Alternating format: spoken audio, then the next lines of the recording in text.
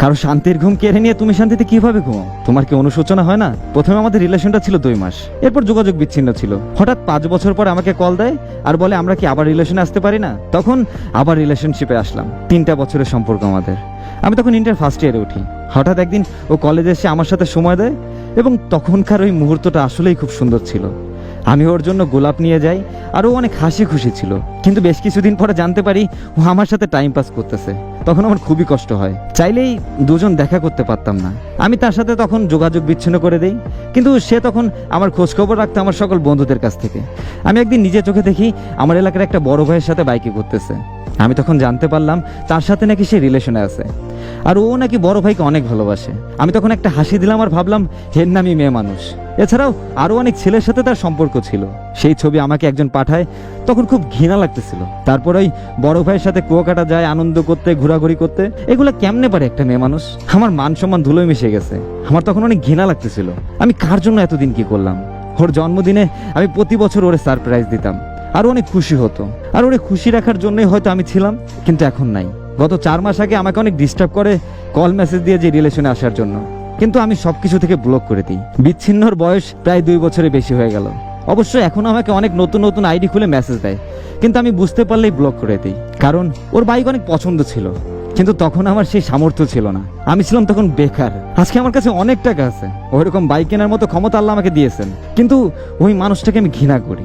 এখন অনেক মেয়ে আমাকে প্রপোজ করে এবং ভালোবাসে। আমি এখন আলহামদুলিল্লাহ খুব ভালো আছি। আপনার কাছে একটাই দাবি ভাইয়া, এরকম যেন আর কোনো ছেলের জীবন নষ্ট না করতে পারে সেইভাবে ভিডিওটা বানাবেন। আমি এই পৃথিবীতে সবচেয়ে ভালোবাসি আমার মা বাবাকে। একটা মানুষের যতটা সময় লাগে তাকে ভালোবাসতে, তার চেয়ে তো বেশি সময় লাগে তাকে ঘৃণা করতে। তাহলে বুঝে দেখেন আপনি মানুষটা কতই না ভুল করছেন, কতই না বেইমানি করছেন, যার কারণে মানুষটা আপনাকে সহ্য করতে পারে না। আপনি একটা সময় যার হাসির কারণ ছিলেন, আজ আপনার নামটাই তার কাছে দুনিয়ার সব থেকে খারাপ মানুষ। ছোট্ট এই জীবনে হাজারো মানুষ আমাদের কাছে আসে, আবার চলেও যায়, কিন্তু কিছু মানুষ থাকে আজীবন মনের ভিতরে, আর কিছু মানুষ থাকে ঘৃণায়। কি দরকার নিজেকে এভাবে একটা মানুষের কাছে ঘৃণার মানুষ হওয়ার? সুখ যদি দিতে না পারেন কষ্ট কেন দেন? ভালোই যদি রাখতে না পারেন জীবনে কেন আসেন? কথায় যদি রাখতে না জানেন কেন কথা দিতে আসেন? মানুষ তো চায় না যে সে অন্য একজনকে ঘৃণা করুক, তাহলে নিজেকে কেন সবার সামনে খারাপ বানাচ্ছেন?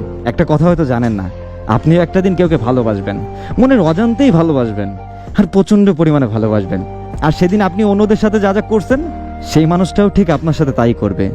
মানুন বা না মানুন এটাই হবে, শুধু আজ আর কাল। ভালোবাসা এক সুন্দর অনুভূতি, যার জন্য মানুষ নিজেকে সর্বশান্ত করে দেয়, জানে এর থেকে বেশি কষ্ট পাবে, তবুও ভালোবাসে। সবাই যদি ভালোবাসার সঠিক কদর করা জানতো, তাহলে কেউই না কষ্ট পেত না, আর না নিজেকে তিলে তিলে শেষ করত। আর একটু কি অনুশোচনা হয় না? আপনার জন্য একটা মানুষের জীবন নষ্ট হয়ে যাচ্ছে, আপনি রাতে আসলে ঘুমান কেমনে? আপনার কি ঘুম আসে? একবারও কি মনে হয় না আপনি কারো শান্তির ঘুম কেড়ে নিয়েছেন? হাসি খুশি থাকা মানুষটাকে আপনি জীবন্ত লাশ বানিয়ে দিয়েছেন। আপনার তো ঘুম আসা উচিত না। ও সরি, আসলে আপনি তো মানুষই না, কারণ মানুষের অনুশোচনা হয়, অমানুষের হয় না। আপনি তাহলে সেই অমানুষই।